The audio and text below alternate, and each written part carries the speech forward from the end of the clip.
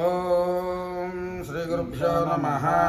हरिः ओम। ओम गणानां त्वा गणानां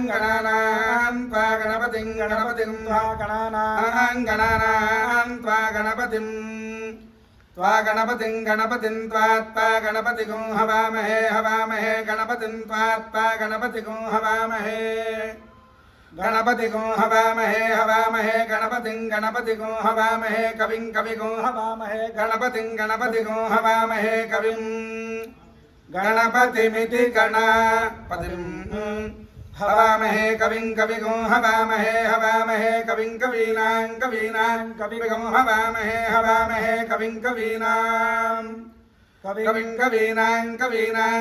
कवीनामुपमश्रवस्तमं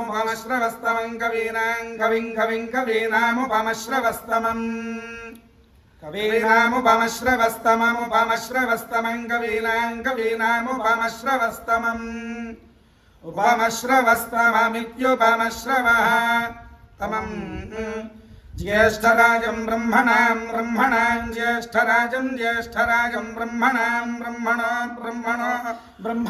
ज्येष्ठराजं ब्रह्मणः ज्येष्ठराजमिति ज्येष्ठराजं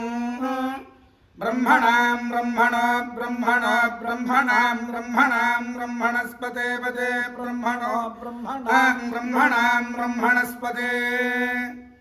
ब्रह्मणस्पते ब्रह्मणस्पतापते ब्रह्मणस्पतः पतापते पतानो नापते पतानः आनो न शृण्वन्